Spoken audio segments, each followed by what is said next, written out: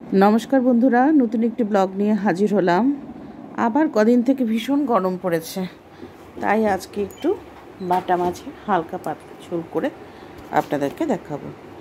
তো দেখুন আমি এখানে 5টা বাটা মাছ নিয়েছি। তো বাটা মাছ কাটা আপনাদের দেখাচ্ছি কিভাবে কাটতে হয়। ও দেখুন, ওই যে ঘাড়ের নিচের যে সেটা ওটা ফেলে দিতে হবে। এবার আঁশটা ছেড়ে পেটটা কেটে নিলেই এটা কাটা হয়ে যাবে। তো দেখুন আমি কি দিয়ে কাটছি। এটাকে অ্যাকচুয়ালি কাটারি বলে, তো আমরা এটাকে কাটারি বলে থাকি। আমি চাকু দিয়ে কাটতে পারি, কিন্তু চাকু দিয়ে থেকে এটা আমার বেশি সুবিধে মনে হয়। চাকুতে হাতে লাগে, এটা দিয়ে খুব সুবিধে মনে হয়। এটা কামারের কাছে বানিয়ে নেওয়া হয়েছে, একটু কার্ভ করে নেওয়া হয়েছে জিনিসটা। ছোটোবেলা থেকে আমি রান্নাবাটি খেলতাম এইটা দিয়ে, তখন থেকে এটা দিয়ে অভ্যেস। আমি বটি দিয়ে কিছু পারি না করতে, করি না আর কি, ভালো লাগে না। ওই বসে করব, দাঁড়িয়ে আমার এটা দিয়েই সবচেয়ে সুবিধে লাগে, তাই আমি এটা দিয়েই মাছ সবজি সবই কেটে ফেলি। তো দেখুন মাছগুলো আমি কেটে ফেলেছি। এখানে 5টা মাছ আছে। আমি বলেছিলাম আপনাদের আমি একার জন্য বেশিরভাগই রান্না করতে হয়, আমি একাই থাকি সবসময় বেশিরভাগটা সময়, তাই 5টা মাছ নিয়ে আমি ঝোল করেছি। তো লবণ হলুদ দিলাম, একটু লঙ্কার গুঁড়ো দিচ্ছি। লঙ্কার গুঁড়ো দিলে হয় কি, মাছটা একটু করকরে হয় এবং মাছটা তাড়াতাড়ি কড়াই থেকে উঠে যায়। তো মাছ ভাজার সময়, ছোটো মাছ ভাজার সময় অ্যাকচুয়ালি লঙ্কার গুঁড়ো একটু দিলে পরে মাছটা ফটাফট কড়া থেকে উঠে যায়, ভাজাও হয় তাড়াতাড়ি। তো কড়া বসিয়ে কড়াতে তেল দিয়ে দিয়েছি। এবার আমি মাছটাকে ভেজে নিচ্ছি। আপনাদের কেমন লাগে ভিডিওগুলো আপনারা অবশ্যই জানাবেন কমেন্ট করে। চ্যানেলটিকে সাবস্ক্রাইব করবেন, লাইক কমেন্ট শেয়ার করতে ভুলবেন না। ফেসবুকের পেজটা ফলো করে দেবেন নতুন নতুন ভিডিও দেখার জন্য। তো আমি এখানে খুব অল্প তেলে এটা খুব হালকাভাবে করেছি রান্নাটা, একদম তেল কম দিয়েছি। আমি বেশিরভাগ সময় তেল কম দিয়েই রান্না করার চেষ্টা করি, খুব কম তেলে। তেলটা বেশি খাওয়া তো ঠিক না, তাই কম তেলে আমি এটাকে রান্না করার চেষ্টা করেছি। আর আমি এটা শুধু আলু পটল দিয়ে যেহেতু ঝোলটা করেছি, তো তেলের বেশি প্রয়োজন হয় না, তেলের বেশি এখানে দরকার নেই। এই যে মাছটা ভাজা হয়ে এসছে, 3টে মাছ, এটাকে আস্তে করে তেলটা ঝরিয়ে আমি এটাকে নামিয়ে নেব।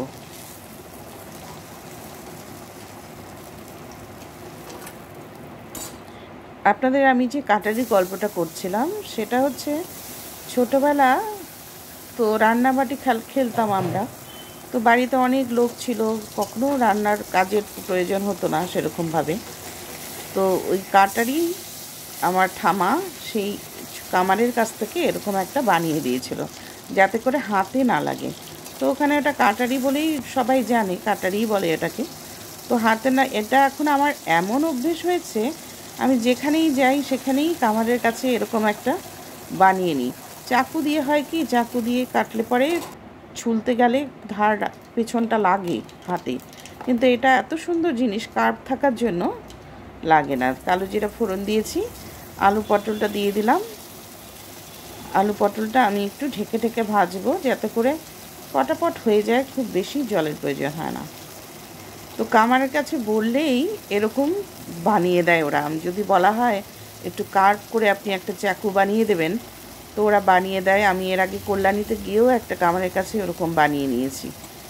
সবখানে আমি একটা করে বানিয়ে নিই, আমার খুব সুবিধা হয় এটা দিয়ে কাটাকাটি করতে। বটি নিয়ে বসে কাটার, বটি দিয়ে অ্যাকচুয়ালি অভ্যেস নেই, এজন্য কাটতেও ঠিক সময় লাগে, পারি না ঠিক মতো।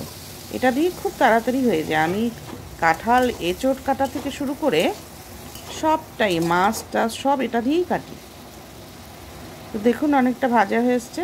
এবার একটু আমি এখানে অর্ধেকটা টমেটো দিয়েছি, শুধু একটু কালার হওয়ার জন্য।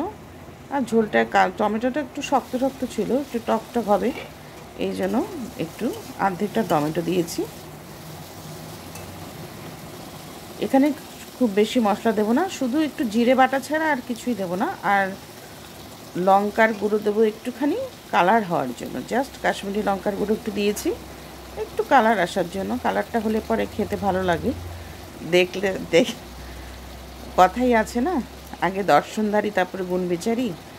তো সেই জন্যই আর কি, দেখতে যদি ভালো হয় তো মনে হয় না খেতেও ভালো হবে এটা, সেই জন্যই একটু শুকনো লঙ্কার গুঁড়ো দিয়েছি এখানে, কাশ্মীরি লঙ্কার গুঁড়ো।